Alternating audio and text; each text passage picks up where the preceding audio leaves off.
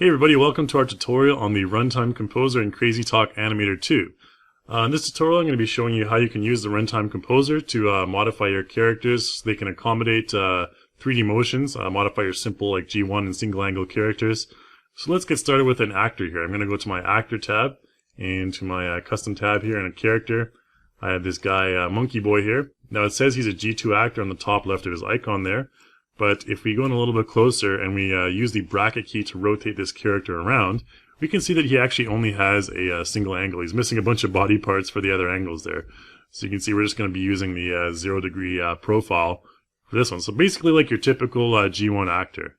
So now what we want to do is we want to apply a 3D motion to this character. So I'm going to go to my Animation tab in the Motion 3D folder.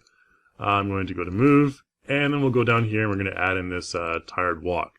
And you can see right away we see some obvious issues with the characters, layers and all that stuff. But it's a fairly decent monkey walk other than that. So let's go ahead and see what's happening here. What I want to do first is I want to go up to Edit and I want to go to Affected by 3D Motion. You can also press Ctrl-Shift-O. Now this basically dictates how your 3D motion is affecting your G1 or single angle profile character.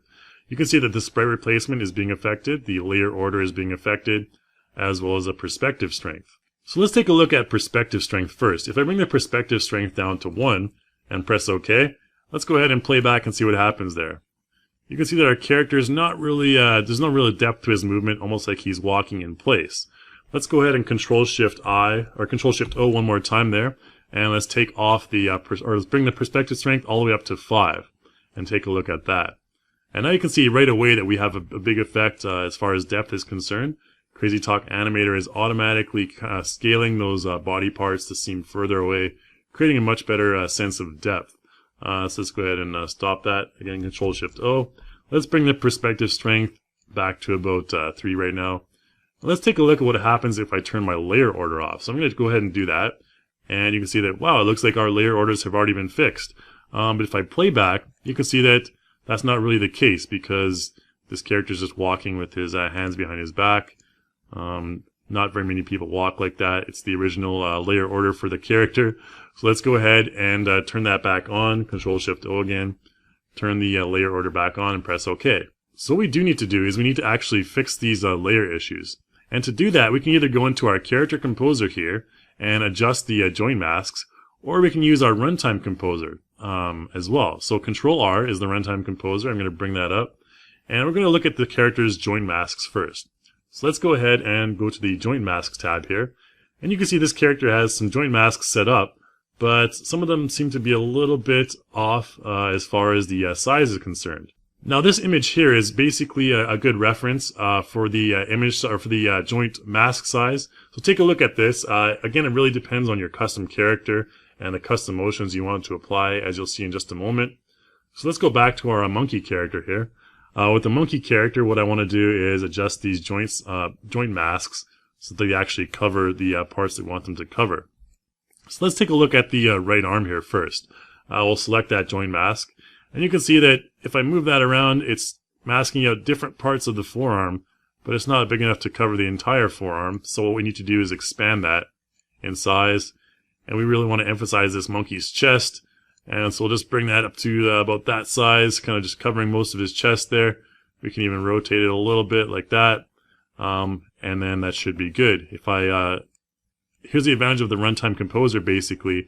I can scrub through the timeline and I can check how that's being affected. Let's turn off our bones right now since we're looking at our joint masks. You can see that now we're pretty good as far as that part of the chest is concerned. When the right arm is in front, it's only kind of showing that part right there. So let's go ahead and do the same thing for the left arm right here. Let's choose our left shoulder, increase the size of that joint mask, maybe just rotate it a little bit around so it's kind of conforming to where his chest is there, and maybe just stretch that out a little bit more. Something like that should be good. And let's take a look. We'll scrub through the timeline, and you can see that maybe we want to move it a bit over here so we got more of a curve. It's totally up to you, but basically that's kind of what we're looking to do here, and we're good to go. So this is the huge advantage with a Runtime Composer. In the traditional composer, you'd have to go back and forth into the Character Composer, into into your stage mode, into your composer mode, and adjust things that way. So you can see if I go right now into my character composer, it'll bring up this monkey dude in the character composer, but there's no timeline, so I can't really see how this motion is being affected. And he's in this kind of like little T-pose here. Let's go back to our stage mode here in the Runtime Composer. Select our character one more time, Control R, Runtime Composer, and let's take a look at the thigh joints here. We can just kind of mask those out. I'll make that a little bit larger. We can scale it that way as well. And for the other one, let's move a little bit further on in our timeline. About there is we need to see, need to cover about that much area with our joint mask. So let's kind of bring that up a little bit. Stretch it out. You don't want to make it too large. And I'll go ahead and do the knee as well there. You can see the knee's kind of stretching out, or the knee's kind of popping out there on the side. Rotate that. And just scale it a little bit larger there. And let's take a look at our joint masks right now. So again, you can slowly scroll through. And there we go. I think we're good to go right there. So that's basically all of our joint masks taken care of. So that's how you can adjust your joint masks in real time when you're applying these larger 3D motions to your single profile characters, or characters that haven't been set up for those particular motions. So then we can have fun fooling around with the bones of this character as well. Let's go to the Bone tab here and zoom in on our character. Since he's a monkey, we can kind of make him have longer arms. We can select his upper arm. And of course, keep in mind these are permanent changes to your character. These are not keyframe changes, so anything you make, any changes you make here will be permanent. And you'll want to start from the root, so you want to start from the upper arm and move on down to the lower arm. I'm gonna scale that up, give him like some chimpanzee arms. And you can see now he has massive hands because those have been scaled twice. The parents have been scaled twice, the lower arm and the upper arm. We'll scale them back down to the normal size. We don't want to rotate. Scale it back down to the normal size there. And we're good to go. We can also maybe take his head and kind of move it down so he looks more monkey-like, and take his shoulders and kind of move those up. Something like that. There we go. That looks good. And then we can play back to see how that works out. Now you can see with his longer arms, it seems like his arms are swaying a little bit more there. And if we want to maybe even emphasize that further, we can go into our 2D motion key editor, or use the K hotkey, and we can kind of just maybe rotate those arms out so it makes him look more like the real king of the jungle. Kind of give him that chimpanzee ape type look. And just move those arms back in like that, and then we can go ahead and play that back, and there you can see the result right there. We get some sprite switching on the hands, some slight sprite switching. Let's press F3 and we'll loop that a couple times. Let's zoom out of our timeline and have our clip selected and go ahead and loop.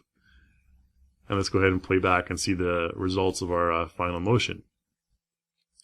So you can see we have the slow monkey walking through the jungle there. Now if I want to save this character with all of his changes, that's fairly easy to do. I can go to my content manager and the custom tab right here. I can just select add, and we can call this Monkey Boy 2. And there we go. You can see in the thumbnail his arms are a little bit longer, his head's a little bit further down, so you can kind of see the icon indicates exactly which character you're using, even if they have similar names. So let's go ahead and I'm going to show you another example now. I'm going to start a new project. We don't need to save that for now. I'm going to go and add in a G1 character from iClone, or from Crazy Talk 1. So let's go ahead and add in a G1 character. And we'll go ahead and add in Mr. Underwear Eddie here. And what I'm going to do is I'm going to apply a custom 3D motion to Eddie here. Now Eddie is of course a G1 character with a single 315 degree profile. So let's go ahead to my animation tab here in my custom folder. We'll go custom motion, and we have this boxing 2. So this dialog will come up when you apply the 3D motion to a G1 character. It'll notify you that there's a number of different ways to modify your character so that it can accommodate these multi-angle settings. One is the Runtime Composer, which we're using right now. You can also have full multi-angle setting characters, like pretty much like G2 characters who have full angle profiles.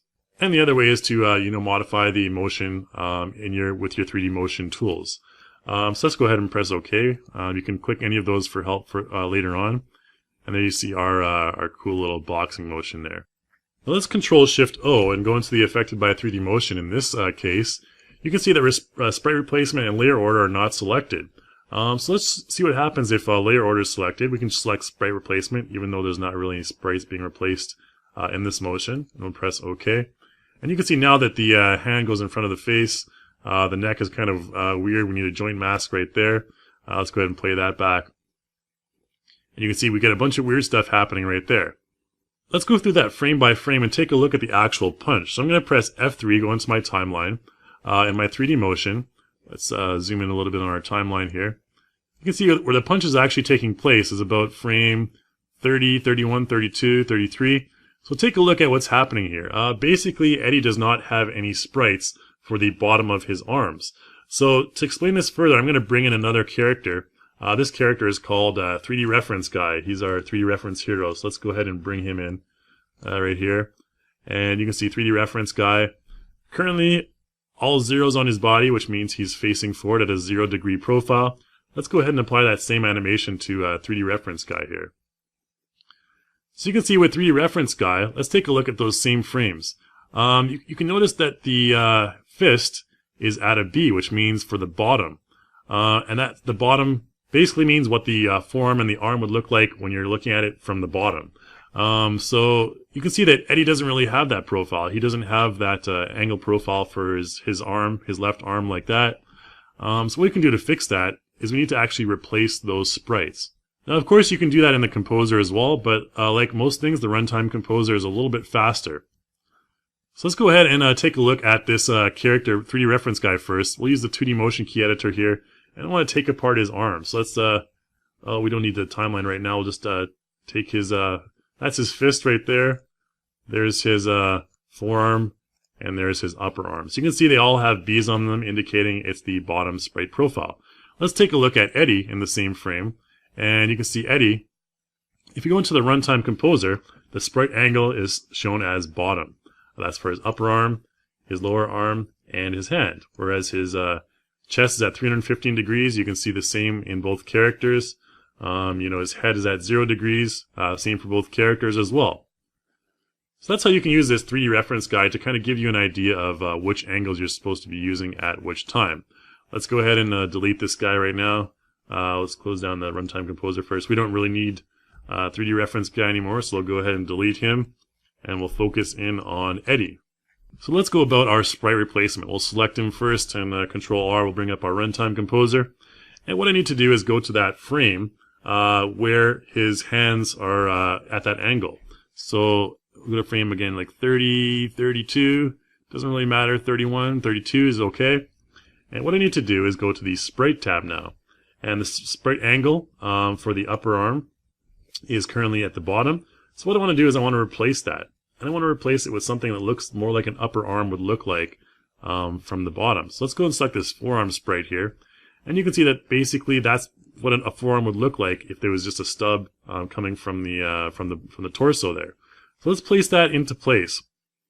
Now where you want to place this is very important. You actually want to make sure that you place the middle of your forearm on that root. You can see the root of the forearm, or the root of the upper arm rather, is that little blue dot. Let's zoom in a little bit closer so you can see those bones there. That's basically the root of the forearm, and that's where you want to center your sprite on. Let's do the same thing for the forearm. So let's select the forearm and replace that, and select the forearm. We can just scale it down to make it smaller. Now, the location for the bone joint of the forearm is right here with this blue little joint right here. So I need to move my sprite so it's basically centered on that joint right there. And if we select the hand, you can see the hand's basically where it's supposed to be. Now this kind of looks weird. So what we can do, let's first of all select the forearm sprite before we forget, and scale that down since it's supposed to be a little bit smaller than the upper arm. And there we go, we're good for that. Now to fix this, we need to go into our bone tab, and we need to adjust where the bones are supposed to be. So let's select our character's shoulder first. And let's kind of move his shoulder over to about maybe somewhere reasonable, like about there would be good. And let's select the forearm, and we'll move the forearm. And you can see the blue little dot there is moving. according to where I transfer my body part to. And that looks about good right there. And the same thing for the hand. So let's move the hand about there. So that looks more like a punch would look from the front. So let's again go through the timeline here. And you can see now that when I move my character around like this, we're getting that punch. The left arm is a little bit off right there. You can see the sprite in this angle right here is a little bit off.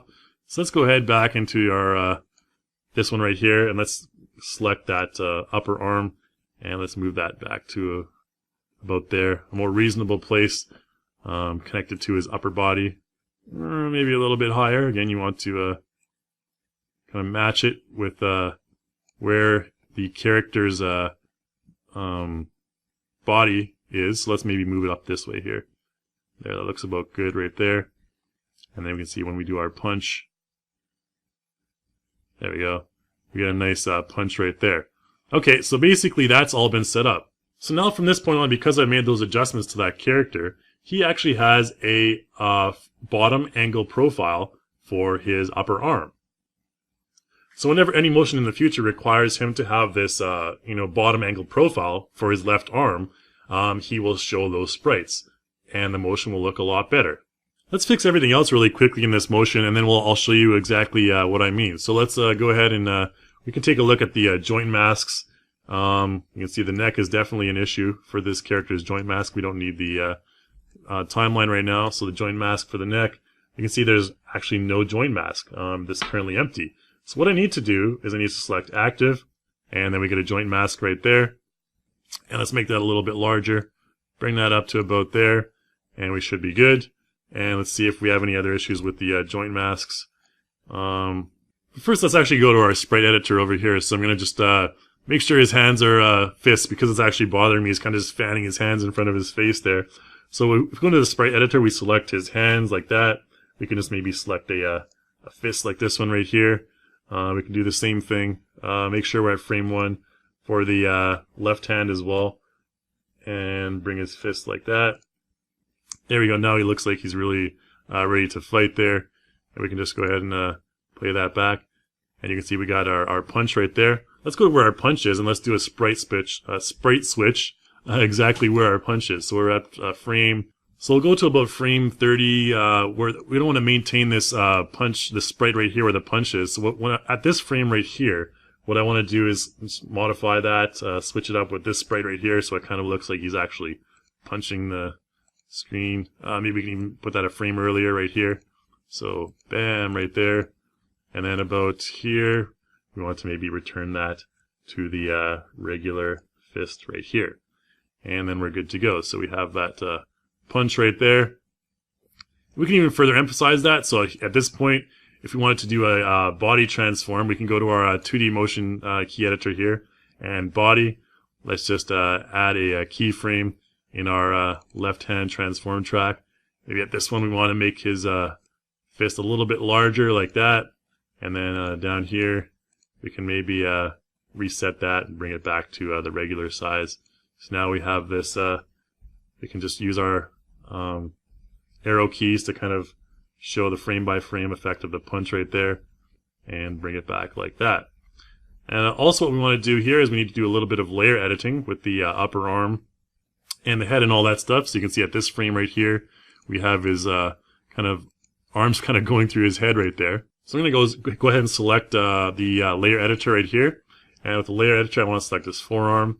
And I just want to put that, make sure I go put that in front of the head. And you can see that that arm pops in front of the head there. And let's see if we maybe, yeah, we're good to go. Most of the frames are okay. And maybe right about here, where he's punching, you can see right here, we have his, maybe we just want to move his arm down a little bit because it looks like his forearm's coming through his head again right there. So what I want to do here to fix this one is at this point here, I can just go into my 2D motion layer editor right here. And you can see this is where the keyframes have been added. And I want to add a body transform keyframe right here. So I just double click in that track right there. And then at this frame, I want to kind of bring that down a little bit like that, just so it's doesn't look like it's going through his mouth. And then at this point here, we can kind of just bring that back to whenever we want. And there you go. So we have our full punch right there. So let's go frame by frame through that punch one more time. Punch right there. And we're good to go. Alright, so that's our characters all fixed up with the 3D motion.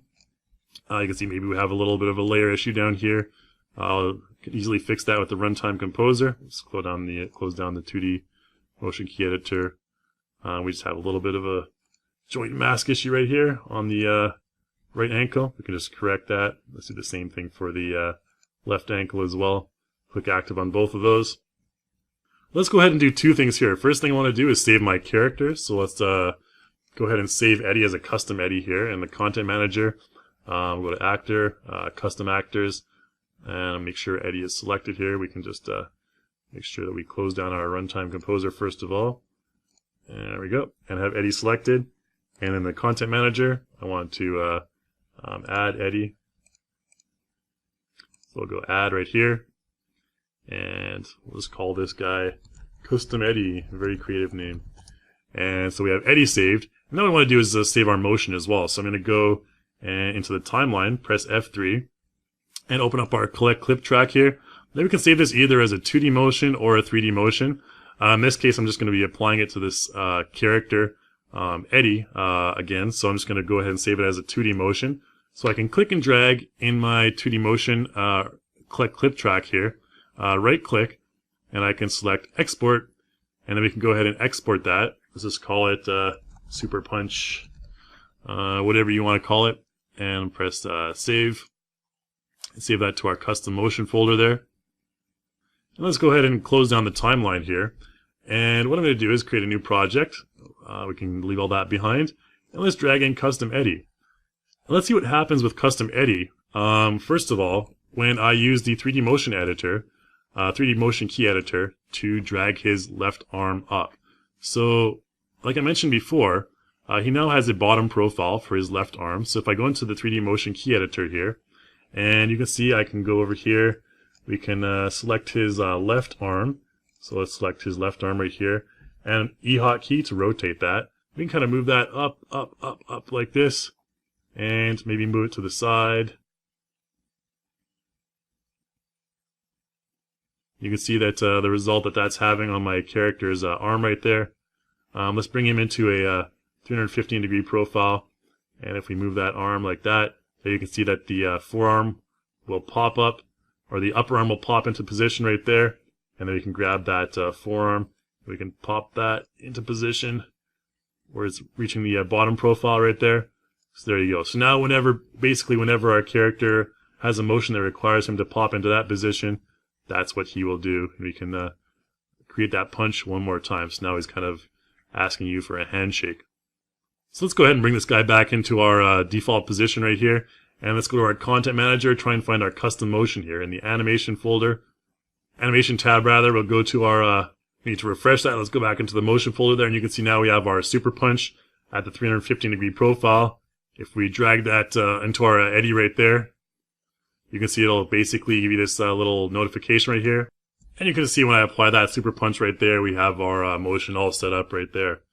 So basically that's all there is to it. That's all there is to modifying your character with the Runtime Composer. So you can so it can be suitable for separate motions. It can accommodate different 3D motions and their angle requirements and all that stuff. And you can build your character step by step that way as well by adding different sprites for different angle profiles and all that fun stuff. So hopefully you enjoyed this tutorial. If you have any questions, you can check out our forums or email me at developer@relusion.com. And thanks for watching.